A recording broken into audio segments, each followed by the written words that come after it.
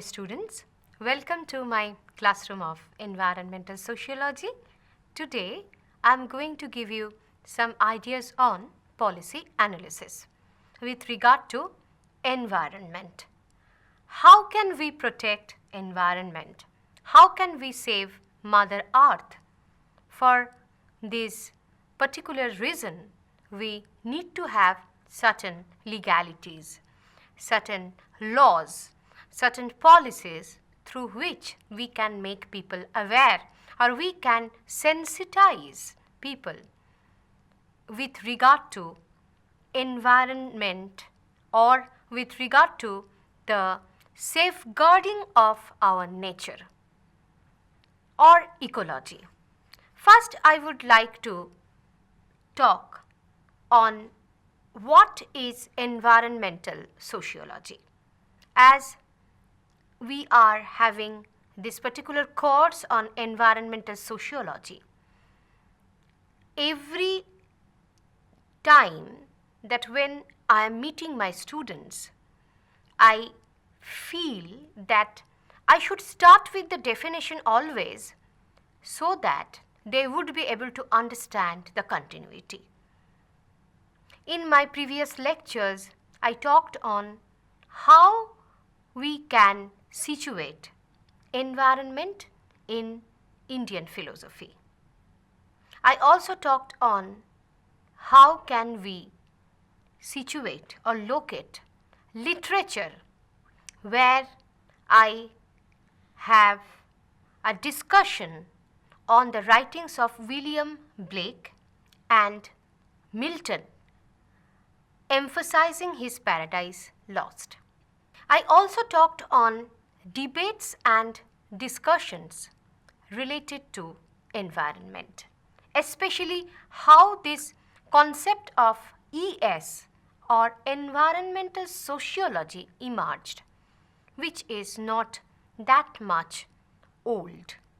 I must say it's a concept which emerged in 1970s onwards, which took a definite shape in 1990s. Remember, if I take the example of our country, 1990s witnessed globalization, especially in India, the influx of globalization, where we saw certain policies came which promoted the relationship between India and the world economically. It was also a time what I feel that the thinkers, they thought to protect environment because globalization promotes capitalism to a great extent. That means urbanization and enjoying other fruits of capitalism at the cost of the environmental degradation. So, the decade when we started thinking environmental sociology, I think it's very much important because at that time, politically, economically, and culturally, we witnessed the global networking and the profiting by some people who were rich, prosperous, or who were the entrepreneurs, or if I can apply the Marxian approach, then who were the bourgeois. So, the concept of environmental sociology is related with the concept of exploitation of environment, because with this idea we are getting a room or scope or opportunity to define environment from the perspectives of history, anthropology, sociology, humanities, public administration, political science and all. Environmental sociology is a concept which is not only based on science, but it's something which helps us to understand environment.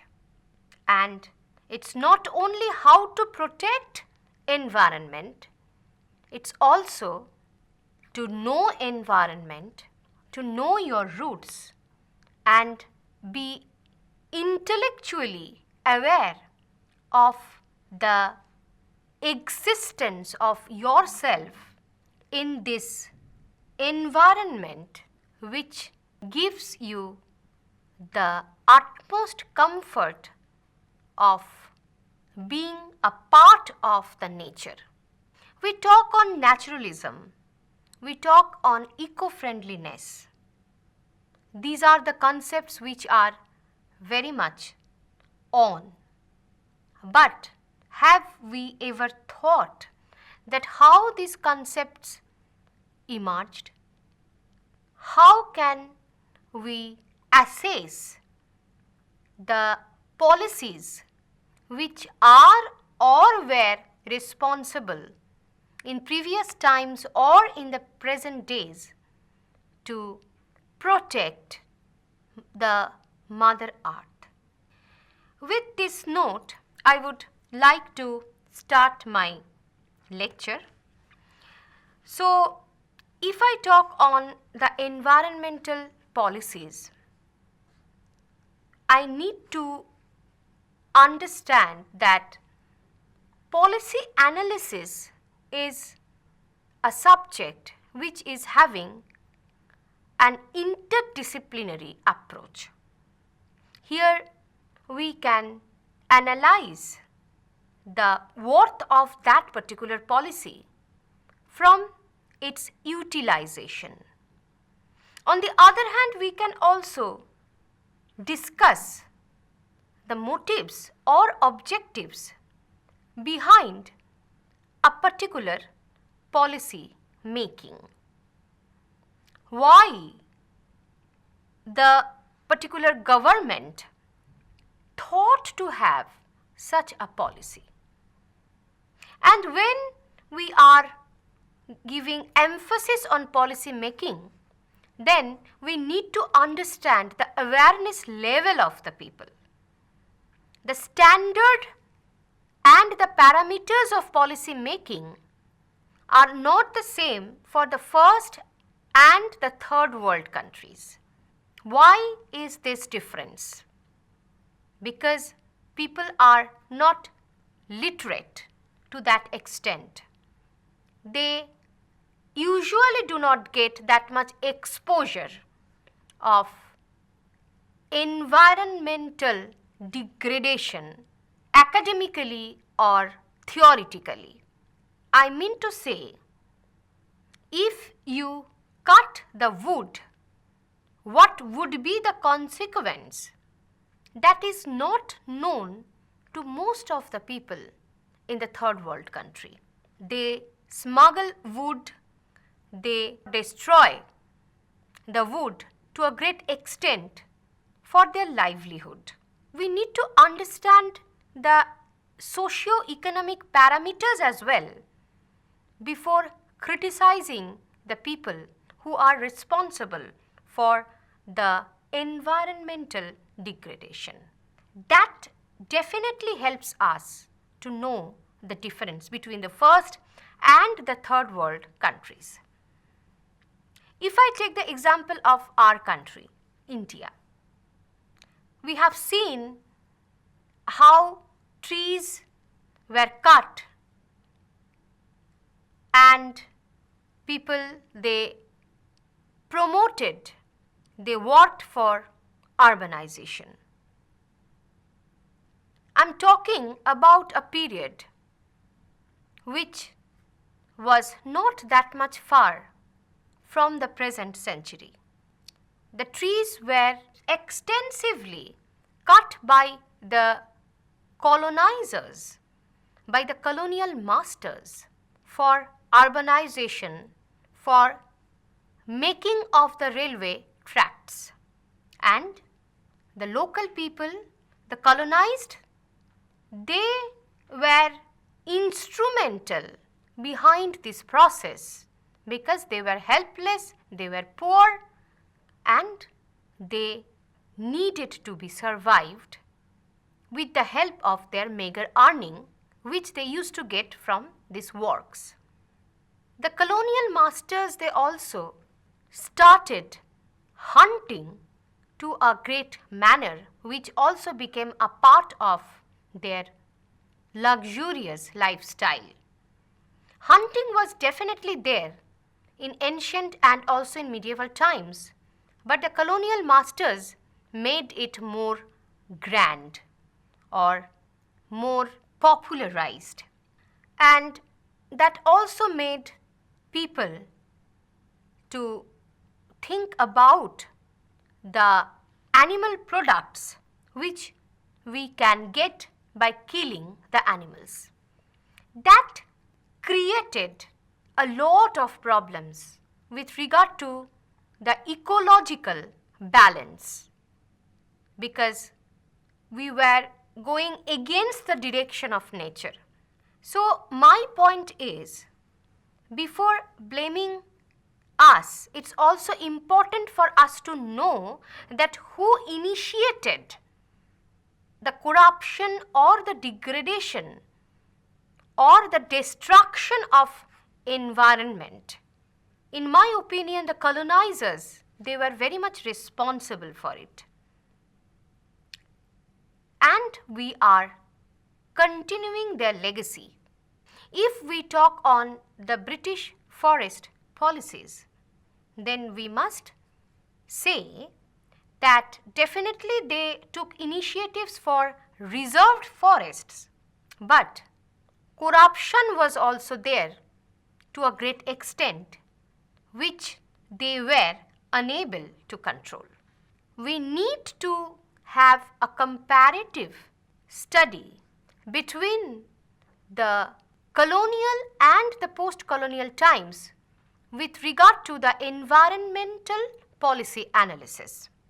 Now you can ask me the question that we can start from the beginning also, from the ancient times, that how the people of India, they tried to protect their environment. It was not that time we found any particular policy, but definitely there were the customs. In our ancient Hindu religion, if I talk on the Brahmanical religion along with the other religions, the religions of the marginalized, the tribal religions as well, we have the customs of worshipping the nature and also the trees. By this way, the ancient Hindus, they tried to protect the woods or the environment. When we talk on Vasudhaiva Kutumbakam, that means the entire world is our family. We are also giving emphasis as per the Hindu philosophy on Prakriti. Prakriti or nature is something where we find the femininity that can be also identical to the position of women in the society. When we are trying to compare women and nature or Prakriti, then definitely that helps us to understand how the concept of ecofeminism emerged. Even in the medieval period, we have seen like how the Mughal rulers and before that the Delhi sultans, they constructed the gardens and they tried to beautify their capitals or cities with a lot of greeneries. If I give you the example of Baburnama, where Babur, he felt extremely enthusiastic while describing the flora and fauna of India. as he came from Central Asia. That place is not that much fertile and beautiful like us, because we have a lot of greens which can be attributed to the purity of our mother nature, which was not that much damaged till the medieval period. It was very much, if I say, Sujala Shufala Shosho Shamola, it's a Bangla sentence that means it was full with greenery and harvest. But when the British came to our country, as they brought the tools of empire, that means modernity, and when we talk modernity, that also brings destruction, because modernity is an offshoot of capitalism, and capitalism talks exploitation. This is the context through which we can explain policy analysis with regard to environment. If I talk on the problems of environment, then definitely, as it has to have a continuity with what I have said right now, that people in our country, they were, since the ancient times, aware of the problems. They faced the threats of the natural calamities. If I take the example of the Indus people, and one of the reasons for the destruction of the civilization was that they had to face the threats of floods, and deforestation is commonly one of the reasons for having floods or the change of the course of the river. As the Indus people, they were very much urbanized. They faced this challenge and they were not in a position to combat with this challenge. The people in the Vedic civilization and later on, though they worked for urbanization, but they also understood how to preserve the Mother Earth, because it's a part of their existence. I must say that it's good for us to have a comparative study between the policies regarding environment by the British and the present government, or before that, after independence, what we faced and how we are continuing. This concept of having environmental policies is a part of the Western world. The private initiatives or the protest of the public to save environment is one thing, but if the government is taking any particular step and making it legal to protect the environment, both the things are not the same. As I have already told, that we need to understand the socio-economic parameters, that why people, they are destroying or destructing the environment, and whether they should be always blamed for it or not. That I have already mentioned, that in India, poverty is one of the reasons which makes people to go for unfair means just to protect themselves from the immense hunger which cannot be cured by any other means without food. So the situation in India with regard to corruption and how people, they are destroying environment is something which is not only related to poverty, it is also a part of lack of awareness to some extent, because we are unable to make people sensitize about the needs of the hour to protect the Mother Earth. In the European countries from 1960s or 70s onwards, even before than that, the respective governments of the countries, they started thinking about having environmental policies.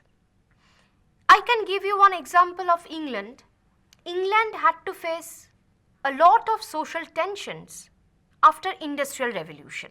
The workers, they fought for their rights, they were very much exploited, and also the environment got polluted as a result of the maximum usage of machines.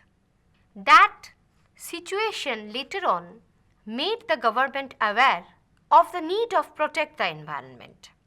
Even in US also, we have seen that people, they started thinking of the protection of environment from the first or the second half of the 20th century with the government intervention. Unfortunately, in our country, we do not have that infrastructure, though we have certain policies, but we are not in a position to make people aware of it. If I give the example of ban of plastic carry bags, then India has started this much later with regard to the other countries. And still, in many parts of our country, we do not follow this particular practice. As I have talked about environmental sociology, the problems what we faced and we may face if we don't protect the environment, some of the glimpses. You can also take into account that tsunami was also a result of the environmental decay which caused by urbanization or by other means through which we wanted to have a better life or a comfortable life. As I was talking about the guiding forces behind the environmental policy making, then it's the overall concern of how to have an environment which is pollution free. This is the first concern, and along with that there are other concerns as well. The financial matter also plays an important role behind the policy making. Sometimes we can protect environment with the help of science and technology, and that is quite profitable for the agencies who are promoting the same. And also the response of the public, like how they are looking into a particular matter. Environmental impact assessment or EIA is very much important because in the European countries, it helps the public also to come forward and to play a role behind the policy making. So I have talked on the financial perspective, like some companies, they are responsible for imparting science and technology for the betterment of environment. And also when I talk on policy making, then in the country, the government cannot take the decisions alone without the help of the public, and the public also come forward and can express their concerns and how to protect the environment in their way so that everyone could enjoy the fruits of environment. When I'm talking about the public, that means those who are enlightened, aware and sensitized with the needs to have an environment which is pollution free. The NGOs and the intellectuals and the people who are in academia or in other professional worlds, they often come forward with this kind of vision to protect environment. it is also important to understand what is environmental policy instrument or what are, because there are more than one instrument which we use with regard to policy making and analysis. Here also we can give emphasis on the various ingredients of public administration, political science, and socio-economic factors, and also the hardcore scientific truths behind the protection of environment. So here we find two sides. We want to save the environment for our own needs, and how we are commercializing that particular concept, that is also for our own need, our materialistic needs.